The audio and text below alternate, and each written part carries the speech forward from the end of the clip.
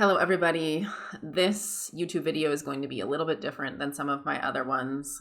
This is not an educational video, but rather a sharing of my experience as a new mother.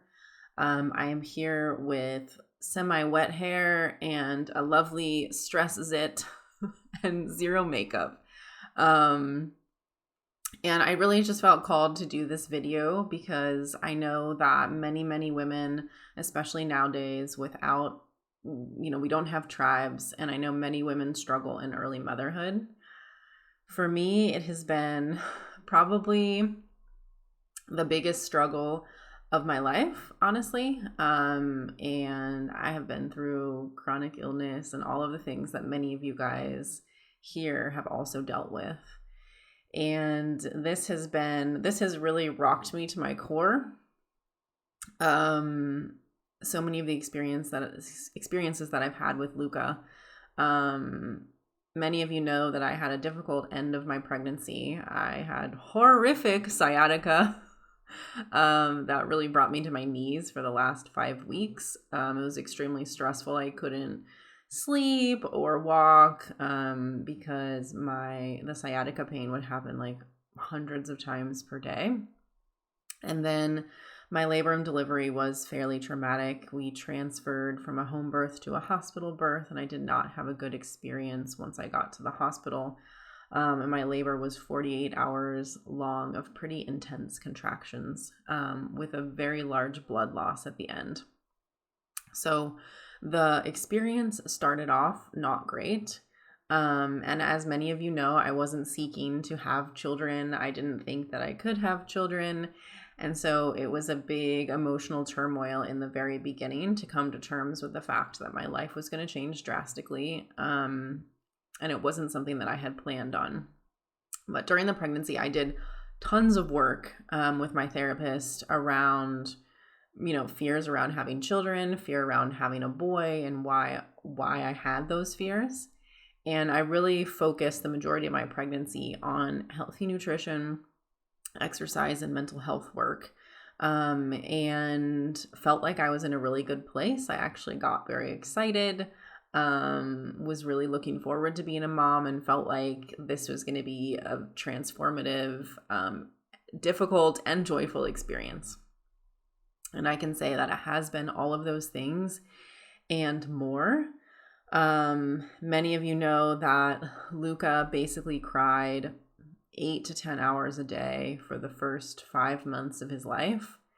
To say that it was exhausting is probably the biggest understatement of the century. Many of the wounding, old childhood wounding, really got activated during that time, feeling not good enough, feeling, deep in my core that I was unlovable and not good enough. Like it really just touched my soul. Because I would see, friends that I had here with babies, and their babies seemed so content. My best friend had a very content baby. All babies cry, but this was really excessive. We ended up finding out, we tried so many things. Those that have followed along on my journey know that we did everything from the very normal, like give probiotics, to doing emotional work, emotion code, MBSR sessions, family constellations, homeopathy, herbs, drainage, really intense nervous system regulation work with him, where we would just sit in a dark room with soothing music. I think we pretty much tried everything that there was. And then around 5 months, this entire time I had the sense that he was hungry. And so we finally ended up starting him on solids, on this soup that you can go on my Instagram, and I have a highlight on the soup. And it was a really dramatic change in his behavior. He was definitely more content, which sort of told me, okay, we're on the right path here. He's definitely having either feeding difficulties. I'm not producing enough milk, like something is happening here.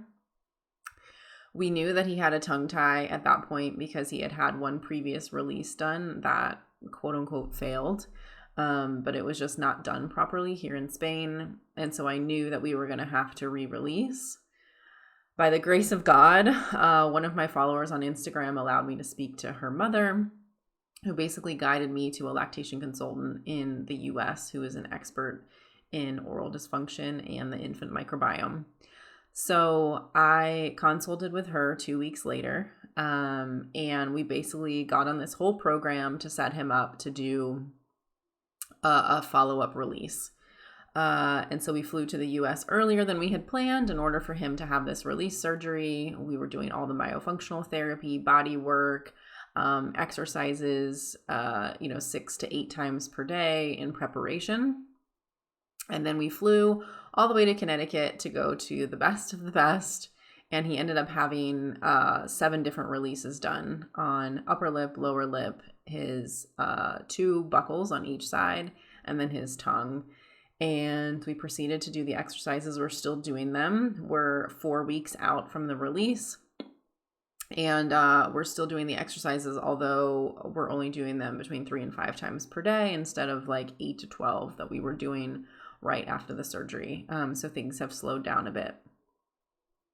My struggle is that he still has not been able to feed well. He's still extremely combative at the breast. Really just combative with food in general, because he's that way also with the soup, and he's that way also if I pump and give him breast milk in a bottle. So there's something happening with him just around food. But at this point, we do know that he is, I believe, nutritionally satisfied because he gains weight, and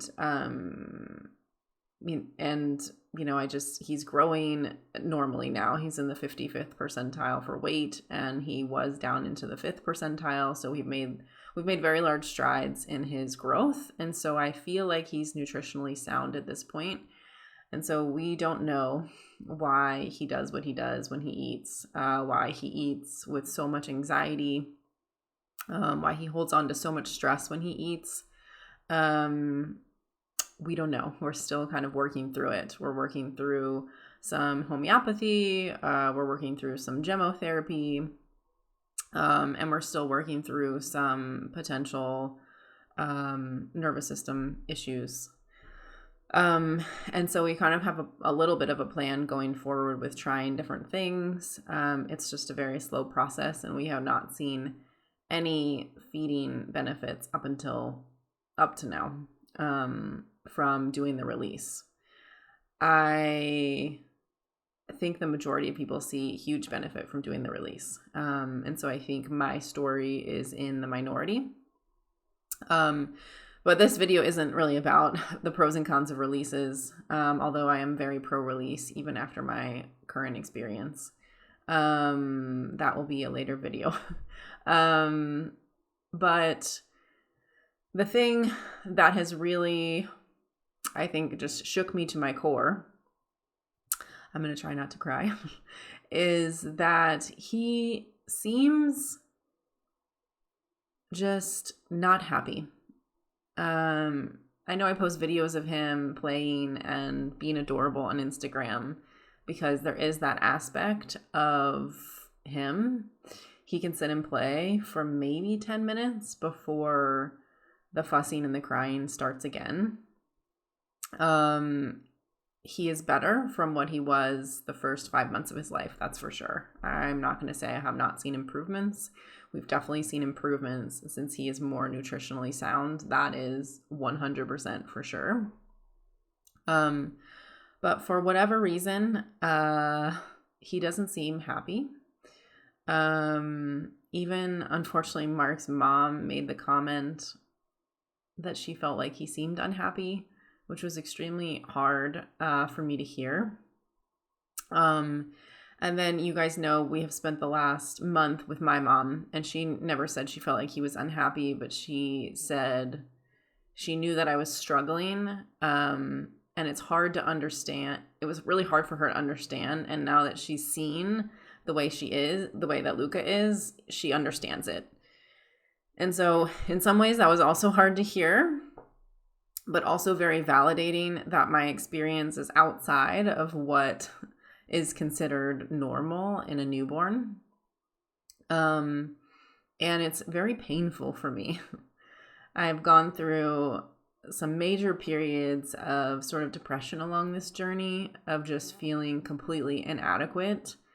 And those feelings have actually intensified recently, especially the last week to 2 weeks, because I think I put all of my eggs, if you want to say, in the release, tongue tie release basket, feeling like, okay, things were just his tension was going to go away, and he was just going to feel much better in his body after the release.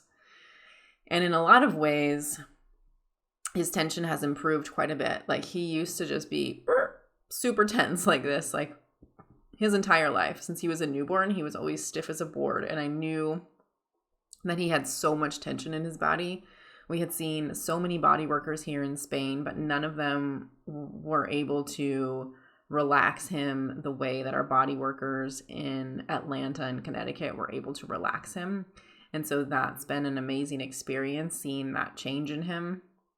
His ability to just, like flop around, like lay on his back and be comfortable, that has never happened for him. And so there are these small changes, but unfortunately it hasn't translated to changes in his sort of behavior, how he acts on a day-to-day basis. He's now 7.5 months old, and I quite literally can almost never put him down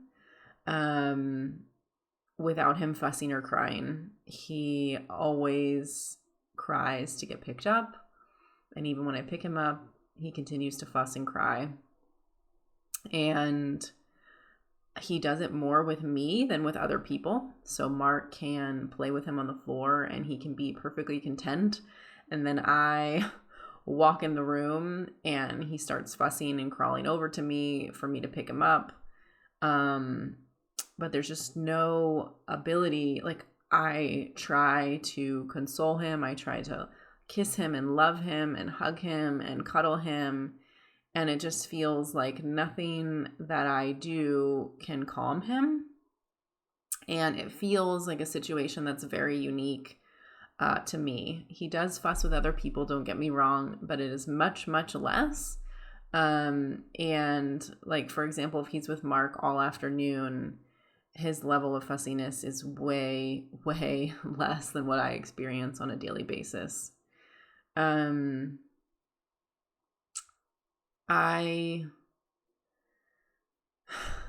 think all of this has just really rocked me to my core, because if you have ever been a mom, you know the intense bond that you have with your children. This intense desire to protect them, to love them, to comfort them. And I have not felt like I have been able to do that for him ever in his life. One time, actually, post-release, I took a bath with him, and I think I posted those photos on Instagram. And it was a really magical experience for me. And I have never been able to comfort him with the breast. I have truly never really been able to comfort him. And it has been a deep activation of some deep, deep wounds of worthlessness and inadequacy. And it's incredibly painful. All of it is incredibly painful. Because the person that you want most in the world to comfort is your kid.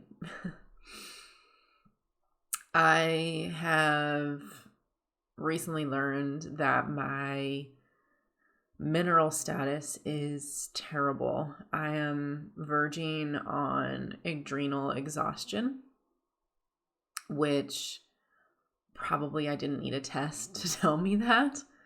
But I did a hair test anyway, because it was one consideration in his behavior was perhaps, the breast milk is missing something nutritionally. And my hair test came back quite terrible, actually. And I know that previously it was very good because the last test I did was in 2020 and it was quite good.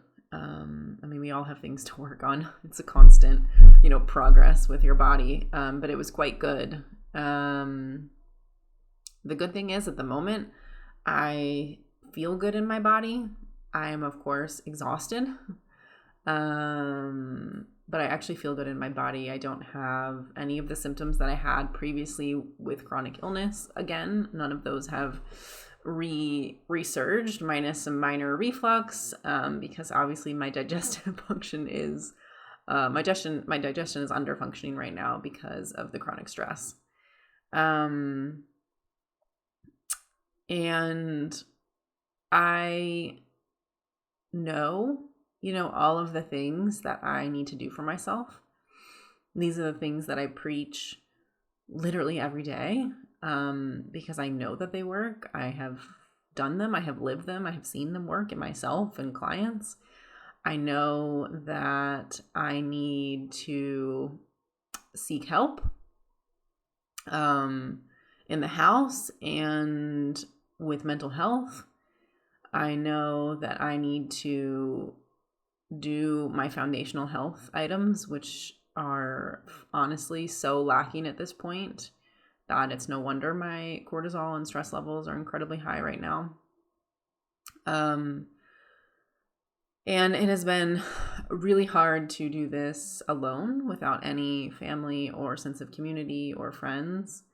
And it's even been hard amongst friends because my experience is so unique from their experiences with their own kids, which sort of adds to this sense of failure. And we're still in the thick of it. Nothing has improved his behavior outside of adding the soup, which improved it probably 30%. He doesn't eat well, he doesn't sleep well, and he's not well during the day, minus the little snippets when he first wakes up.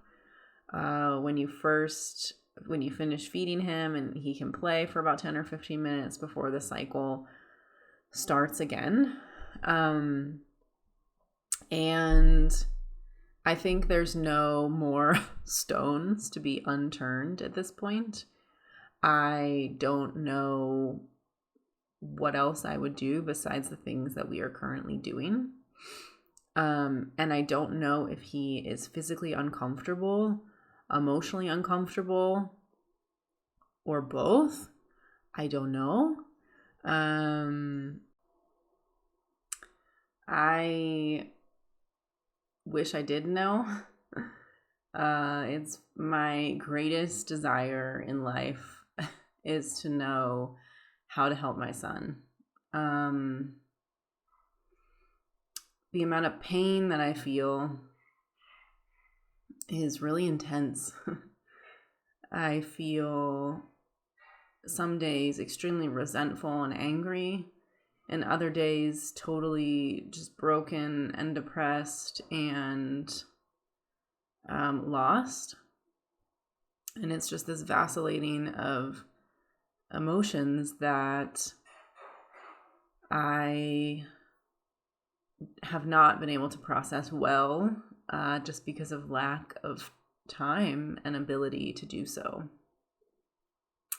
I thought that just time would help. People say really fussy babies in the beginning, they start growing out of it around 6 months when they start becoming more mobile. And that has not been the case for us so far. He is physically incapable of being alone for even 1 second. I had sort of, even though this pregnancy was such a surprise, with all of the therapy and emotional work that I had done through the pregnancy, I really became really very excited about having Luca and just feeling like a huge sense of gratitude for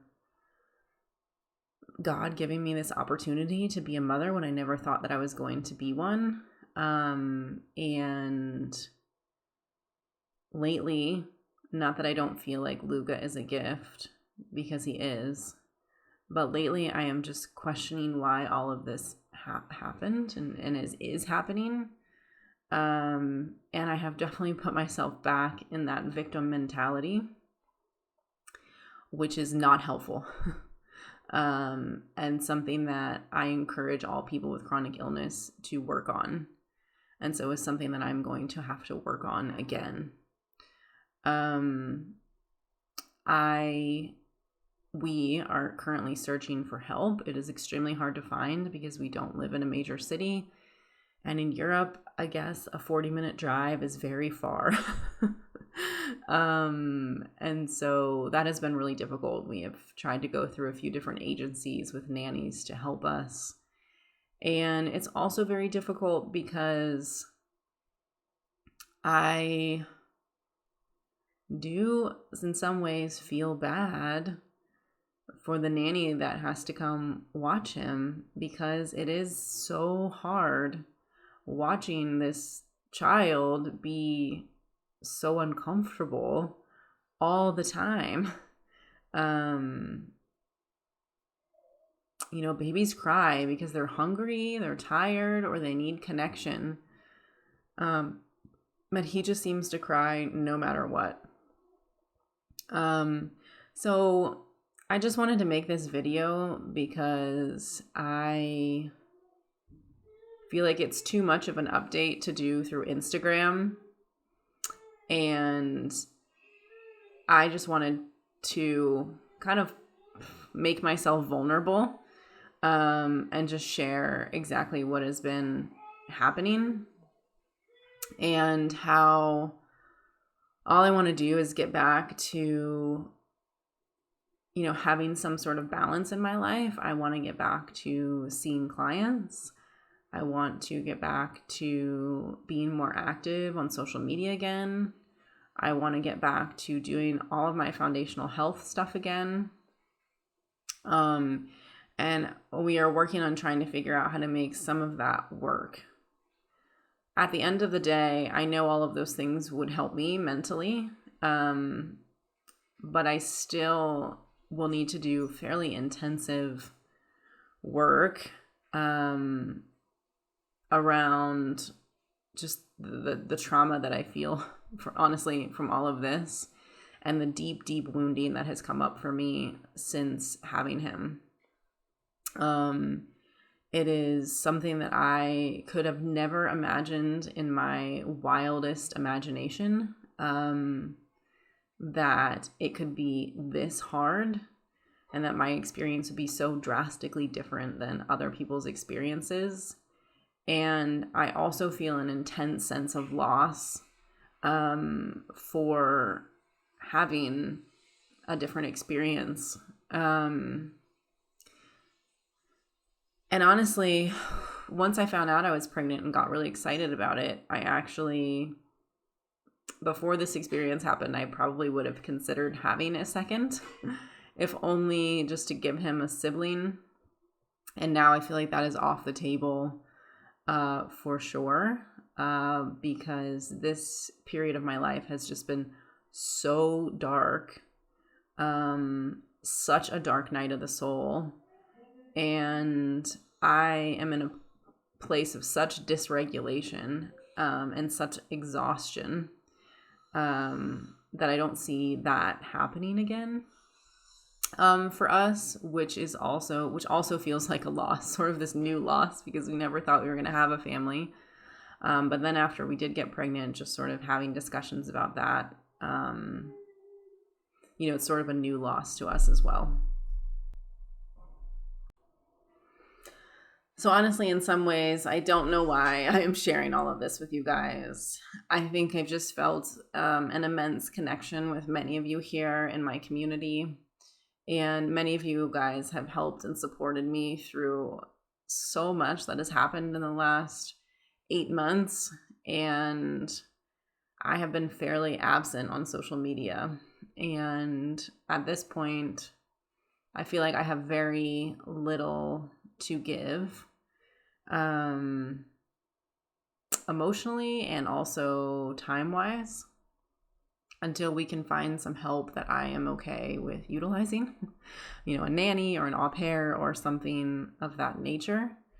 And so bear with me as I work through these struggles and this immense pain. And I know that I will be back, and I'm sure this will shape so many things, the way that I practice, the way that I think, the way that I do a lot of things. This has definitely shaped that. One thing I will say is that, I don't need to know root cause as to why I'm tired. I am tired because I am beyond stressed out. And not that I didn't realize this before, because I did, going through chronic illness. I also went through major adrenal exhaustion and I was majorly mineral compromised. But, if you are struggling with your health, or you're struggling with new motherhood, or you're struggling with weird symptoms, nervous system dysregulation is vital to fix, no matter what you're going through. And I just wanted to share this publicly too, because I think people get the impression that, everybody on Instagram, especially in the health and wellness world, has this perfect life and this perfect rhythm, and everything just falls into place. And, we do all of our health stuff and all of that. And to some extent, that was a little true for me before having Luca. But now I am struggling a lot. I have anger outbursts and crying episodes, and just everything that I know that is healthy for me, I am not doing it. Purely because part of me is in a bit of a freeze state at the moment, and the other part is just trying to figure out how to even fit it into my day with a child who can quite literally never be put on the floor. So I have always appreciated your guys' love and support, and so this is why I make this video, just to keep an open channel of communication as to what is happening with him, and just to really kind of share a piece of my soul. And I can't help but think, of course, there has to be some reason for all of this. Right now, I do not see it. Right now, I just feel immense loss of an experience that I knew was going to be difficult, because all new motherhood is difficult, whether you have the happiest baby in the world or not. But this is another level of pain. So thank you guys all for being here, and I love you all.